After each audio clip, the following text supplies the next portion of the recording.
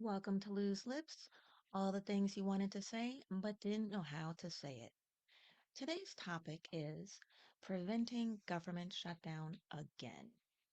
So, once again, we have averted a shutdown, but for how long? What is it going to take for the people that we elected to stop jerking everyone around and do what they were voted to do? The government keeps threatening to shut down because of a disagreement between the two major political parties, the Democrats and the Republicans, over how to fund the federal government. Now, the government needs money to pay for its operations and programs, and Congress has the power to decide how much money each federal agency gets every year.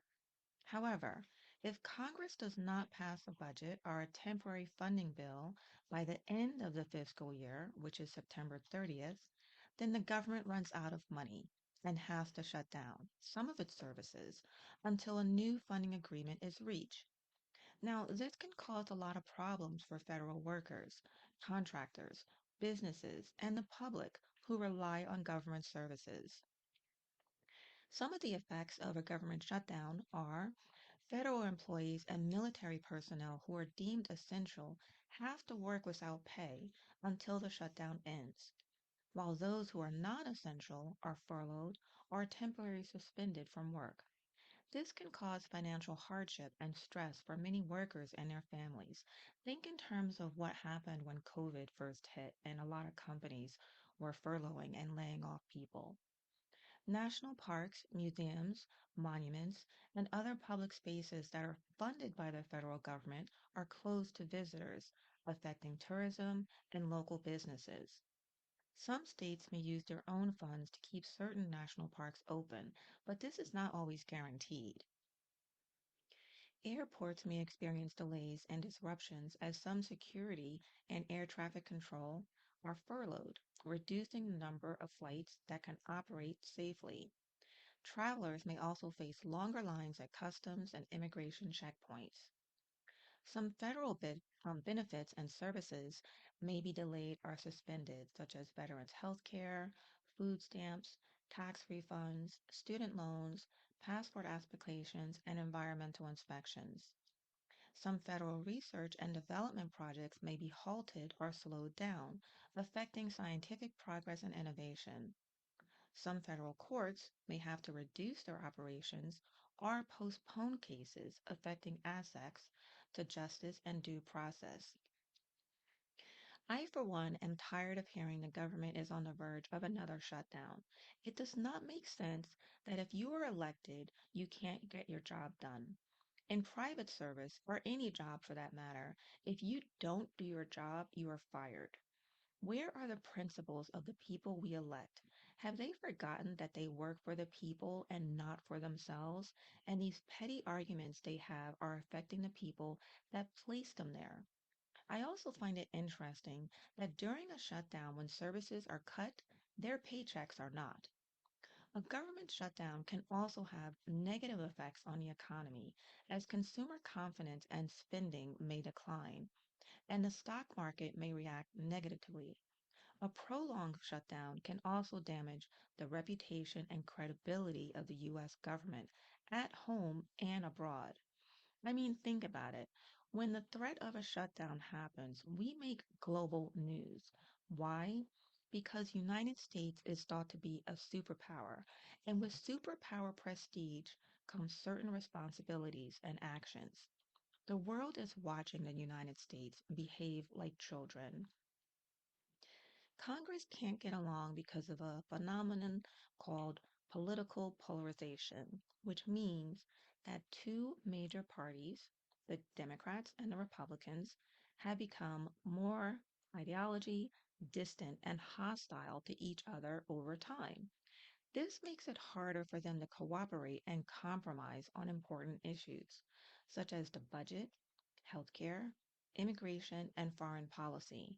There are many factors that contribute to political polarization, such as the electoral system, which encourages candidates to appeal to their base voters and discourages moderates and independents from running or winning. The party structure and culture, which rewards loyalty and conformity and punishes dissent and compromise. The media and social media, which expose people to more partisan information and opinions and create echo chambers and filter bubbles. The demographics and geography of the electorate, which create more homogeneous and segregated districts and states that favor one party over the other. Now, political polarization has many negative consequences for the functioning of Congress and the quality of democracy. It can lead to legislative gridlock, policy instability, public distrust, and institutional decay. Some scholars and commentators have proposed various reforms to reduce polarization, such as changing the electoral rules, increasing civic education, promoting cross party dialogue, and fostering a culture of respect and tolerance. However, these reforms may face many challenges and uncertainties, and there is no guarantee that they will work or even be adopted. So I ask myself, when will politicians start caring more about the people that voted them in instead of themselves? Some politicians may actually generally care about the public interest and try to serve the people as best as they can, while others may be more self interested and corrupt and try to serve themselves or their donors and allies. Some politicians may face more pressure and accountability from the voters, the media, the courts, and other institutions that monitor and evaluate their actions, while others may enjoy more immunity and impunity from scrutiny and sanctions. Some politicians may have more power and influence to shape policies and outcomes, while others may have less or none. However, some possible ways to encourage or compel politicians to serve the people and not themselves are reforming the electoral system to make it more competitive, fair, and representative so that politicians have to win the trust and support of the people and not rely on money, manipulation, or fraud. Strengthening the checks and balances among the branches of government to prevent the abuse of power and corruption by any one branch or individual, enhancing the transparency and accountability of government actions and spending to expose or deter any wrongdoing or waste by politicians, empowering the civil society and the media to monitor and report on the performance and conduct of politicians and to mobilize public opinion and action against any misconduct or failure, educating the public about their rights and responsibilities as citizens and voters, and encouraging them to participate actively and critically in the political process. I also wonder if politicians were not paid, how many people would actually run for office? I mean, think about it. Your local government, mayor, council, elected officials, the majority are not paid in smaller and more rural communities, but they serve for the betterment of the community. They are also for the majority part-time employees. When the politicians in the larger communities are full-time, they are paid, which is understandable because they need a job, they need an income.